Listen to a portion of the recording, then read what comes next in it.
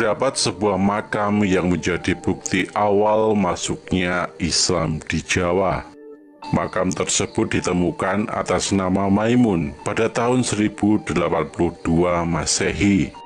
Lokasi makam adalah di Desa Leran, Kecamatan Manyar, Gresik. Nama Leran atau Liran tersebut adalah nama sebuah tempat di Persia.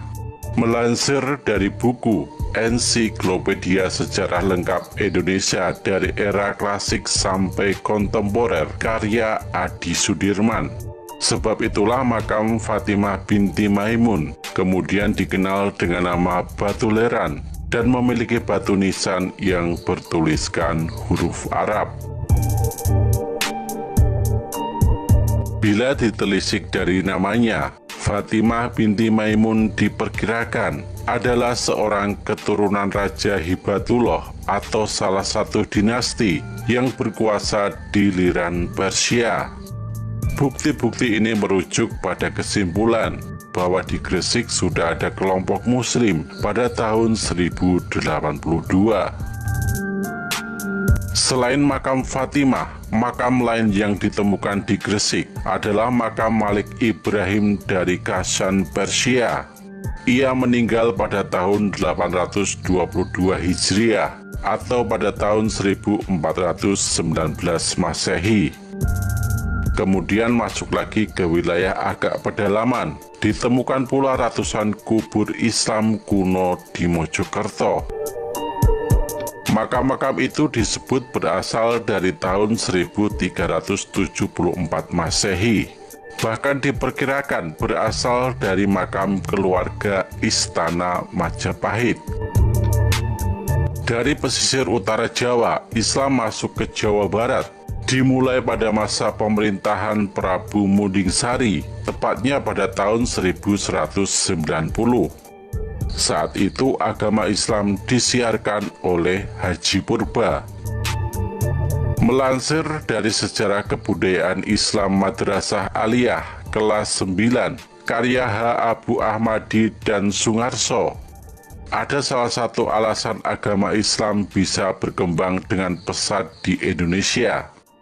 Hal ini dilatar belakangi oleh mulai runtuhnya kerajaan Majapahit yang bercorak Hindu.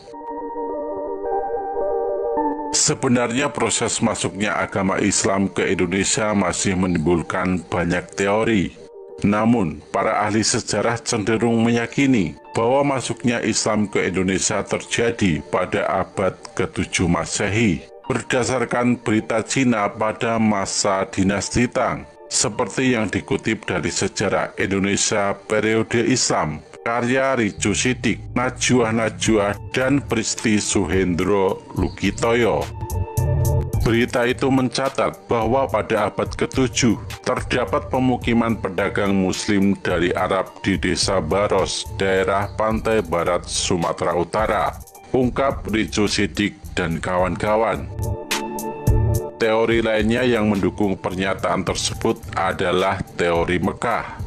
Teori menyatakan bahwa proses masuknya Islam ke Indonesia dibawa langsung dari Mekah atau Arab pada abad pertama Hijriah atau abad ke-7 Masehi. Tokoh yang mengenalkan teori ini adalah Haji Abdul Karim Amrullah atau Hamka. Dikutip dari Ensiklopedia Sejarah Lengkap Indonesia dari Era Klasik sampai Kontemporer karya Adi Sudirman, Hamka berpendapat motivasi awal kedatangan orang Arab ke Indonesia adalah dakwah Islam, bukan ekonomi. Jalur perdagangan Indonesia dan Arab telah ada jauh sebelum Tarik Masehi.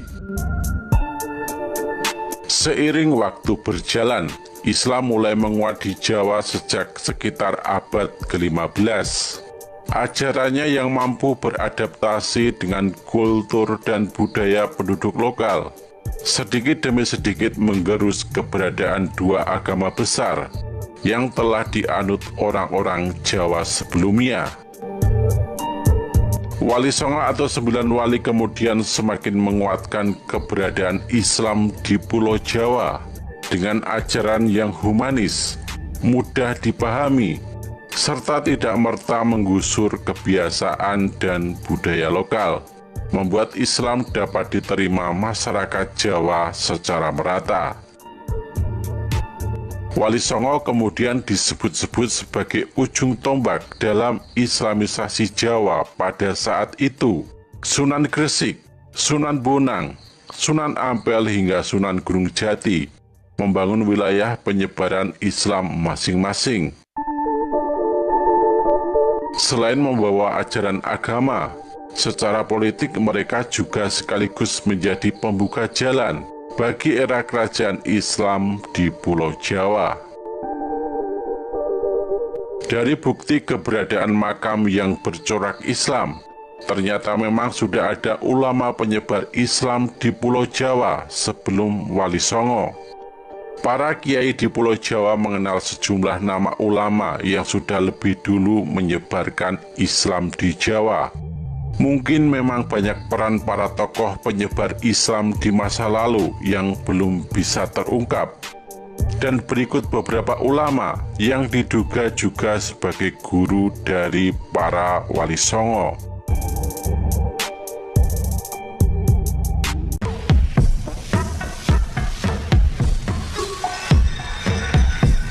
Nama Syekh Jumadil Kubro kerap disebut-sebut sebagai guru para Wali Songo. Dalam buku Atlas Wali Songo yang ditulis Agus Sunyoto disebutkan, Syekh Jumadil Kubro adalah ayah dari Sunan Gresik dan kakek buyut dari Sunan Bonang dan Sunan Derajat.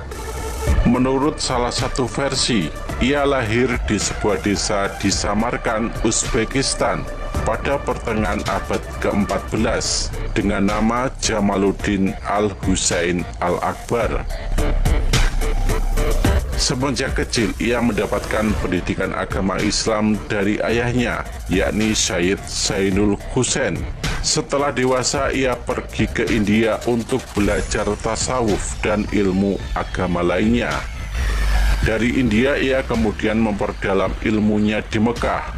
Berbagai ilmu keislaman diterimanya dari sejumlah ulama besar Mekah dan Madinah. Dalam buku Sejarah Islam Nusantara, Syekh Jumadil Kubro menikah dengan seorang putri dari Uzbekistan dan dikaruniai 3 orang putra, yakni Maulana Malik Ibrahim, Ibrahim Asmaragandi, dan Maulana Ishak. Selain pendakwah agama Islam, ia juga dikenal sebagai seorang saudagar. Konon ketika sedang berada di Jampa, ia berhasil mengislamkan penguasa wilayah itu yang sangat kental dengan ajaran Hindu dan Buddha. Di sana ia menikahkan putranya, Ibrahim Asmaragandi, dengan putri Raja Jampa, Dewi Chandrawulan. Perjalanan pun lalu berlanjut ke wilayah Samudra Pasai, Aceh. Ia didampingi oleh putra-putranya saat berdakwah dan berdagang di wilayah Nusantara. Syekh Jumadil Kubro diperkirakan tiba di Jawa pada tahun 1399, di mana pada saat itu ajaran Hindu-Buddha masih sangat kuat karena keberadaan kerajaan Majapahit. Ia pun berdakwah secara perlahan-lahan dan sembunyi-sembunyi. Tetapi ternyata begitu banyak orang termasuk kalangan bangsawan yang tertarik dengan Islam, sehingga ia pun akhirnya memiliki banyak pengikut. Syekh Maulana Akbar, nama lain dari Syekh Bayanullah. Ia adalah adik dari Syekh Nurjati yang banyak menyebarkan Islam di wilayah-wilayah Kuningan, Jawa Barat. Dalam naskah Pangeran Wangsakerta, tercatat bahwa Syekh Maulana Akbar merupakan putra dari Syekh Datuk Ahmad, cucu Syekh Datuk Isa. Keduanya dikenal sebagai ulama besar di Malaka. Syekh Maulana Akbar datang ke Jawa setelah Syekh Nurjati atau Datuk Kafi membangun tempat dakwah di Amparan, Jati, Cirebon. Syekh Maulana Akbar juga lahir di Malaka sekitar abad ke-14. Sejak remaja ia sudah belajar di Mekah. bahkan lebih dahulu ketimbang kakaknya. Menurut catatan, ia tertarik berdakwah di Jawa Barat setelah mendengar cerita terkait kondisi Nusantara dari Walang Sungsang dan Rara Santang yang mengunjunginya di Mekah. Syekh Maulana Akbar tiba di Kuningan sekitar tahun 1450. Setelah sebelumnya sempat tinggal di Cirebon bersama sang kakak, yakni Syekh Nurjati. Syekh Maulana Akbar mendirikan sebuah pondok di Desa Sidapurna, Kuningan, Jawa Barat. Menurut catatan, Syekh Maulana Akbar menikahi Nyai Wandansari, cucu Raja Sunda Prabu Dewa Niskala Dikawali. Dari pernikahan tersebut lahir seorang putra bernama Maulana Arifin. Sang putra ini yang kemudian melanjutkan dakwahnya. Syekh Kuro alias Syekh Mursahadatilah atau dikenal juga dengan nama Syekh Hasanuddin. Syekh Kuro berasal dari Campa, putra seorang ulama besar, yakni Syekh Yusuf Siddiq.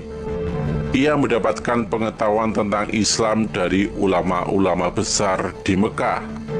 Dalam cerita Purwaka Carubanagari, disebutkan jika Syekh Kuro pergi ke Nusantara dalam perjalanan dakwah.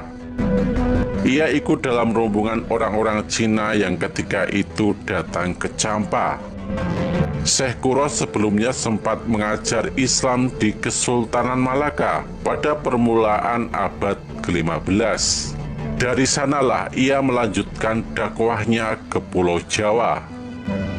Menurut sejumlah catatan, daerah pertama yang disinggahinya adalah Cirebon, yang merupakan wilayah Kerajaan Galuh Sunda pada tahun 1418. Ia pun kemudian menyebarkan ajaran Islam dari tempat tersebut. Namun Syekh Kuro tidak lama tinggal di Cirebon. Halangan dari para penguasa saat itu membuatnya terpaksa pergi meninggalkan Cirebon ke sekitar Karawang. Di tempat barunya, Syekh Kuro membangun sebuah pondok pesantren. Ia dikenal memiliki suara yang merdu ketika membaca Al-Quran. Karena itulah salah satunya yang membuat banyak orang tertarik mempelajari Islam. Buku sejarah pesantren, jejak penyebaran dan jaringannya di wilayah Priangan, yang ditulis peneliti Ading Kusdiana mencatat, Ki Gede Tapa pernah menyuruh putrinya, yakni Nyai Subang Larang, pergi ke Karawang untuk menuntut ilmu agama kepada Syekh Kuro. Disinilah Nyai Subang Larang memeluk Islam dan mulai mengajarkan Islam kepada anak-anaknya, yakni Raden Walang Sungsang dan Nyai Larasantang. Keduanya kemudian menjadi murid Syekh Datuk Kafi atau Syekh Nurjati.